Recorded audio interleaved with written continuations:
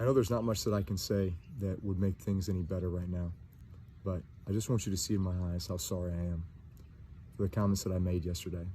I know that it hurt many people, especially friends, teammates, former teammates, loved ones, people that I care and respect deeply. That was never my intention. I wish I would have laid out what was on my heart in regards to the George Floyd murder, Ahmaud Arbery, the years and years of social injustice, police brutality, and the need for so much reform and change in regards to legislation and so many other things to bring equality to our Black communities. I am sorry, and I will do better, and I will be part of the solution, and I am your ally. And I know no words will do that justice.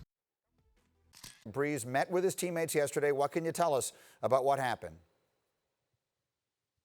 Well, nobody is giving Drew Brees a free pass, Mike, but it was a positive meeting in that a lot of guys got things off their chest. It didn't get too emotional. Brees spoke.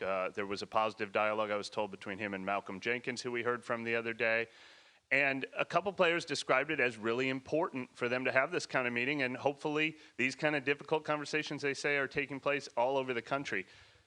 Obviously, a lot of hurt, a lot of anger, a lot of disappointment with Drew Brees, but also an understanding, I think, from a lot of his teammates that he is going to try to do everything in his power to make it right if he can.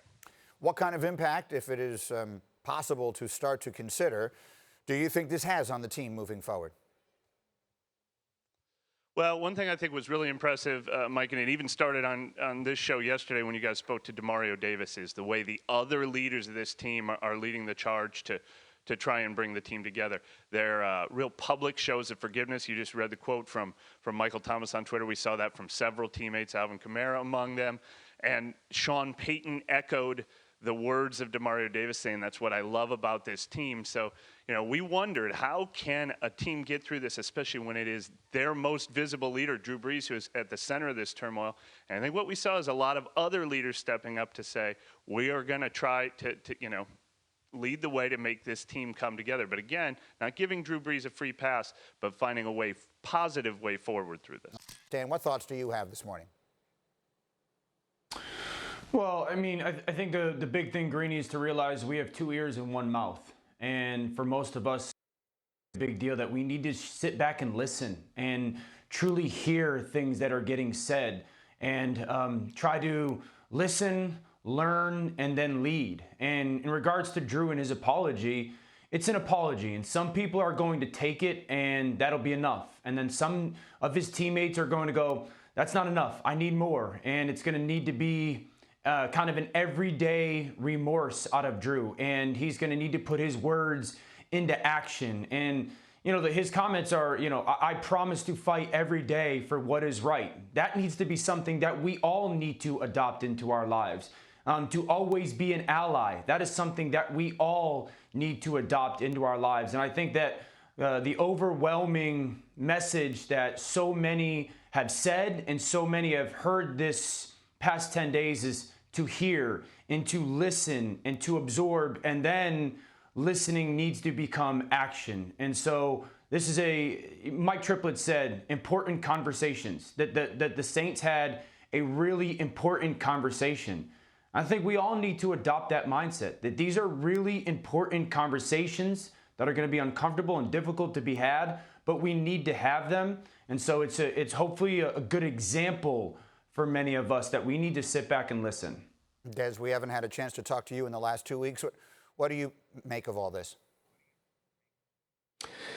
Well, listening to Charles, well, thanks for the opportunity. I really appreciate this. Listening to Charles Barkley say he made a mistake, I think if we go back to what happened Wednesday, it's really difficult, Greeny, for me to call that a mistake. I mean, he spoke his truth. He spoke what he felt. He probably did it at the worst time possible. Therefore, you may call him tone deaf. Like, how could you not read the room? But he spoke his truth. And people question, well, shouldn't he have an opinion? Can a guy have an opinion? Of course he can have an opinion. And then those behind him, they can have an opinion about his opinion. And then he deserves whatever smoke that he gets. Now, the thing about Drew Brees, is that he's a really beloved football player. Everyone loves Drew Brees.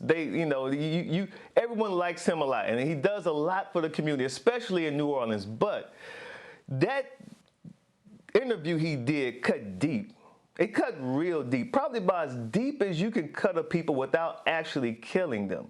So there's going to be a tremendous amount of healing that Drew Brees has to do moving forward. And it's far more than just the words. Now, it was a miscalculation on his part, not a mistake. And why I say that, Green, is because what Drew Brees did in that interview is he really tried to speak to Americans based on patriotism, talking about how his grandfathers fought in World War II and how it brings tears to his eyes when he thinks about that. And he puts his hand over his heart and he pledges the allegiance to the flag and he hears the national anthem.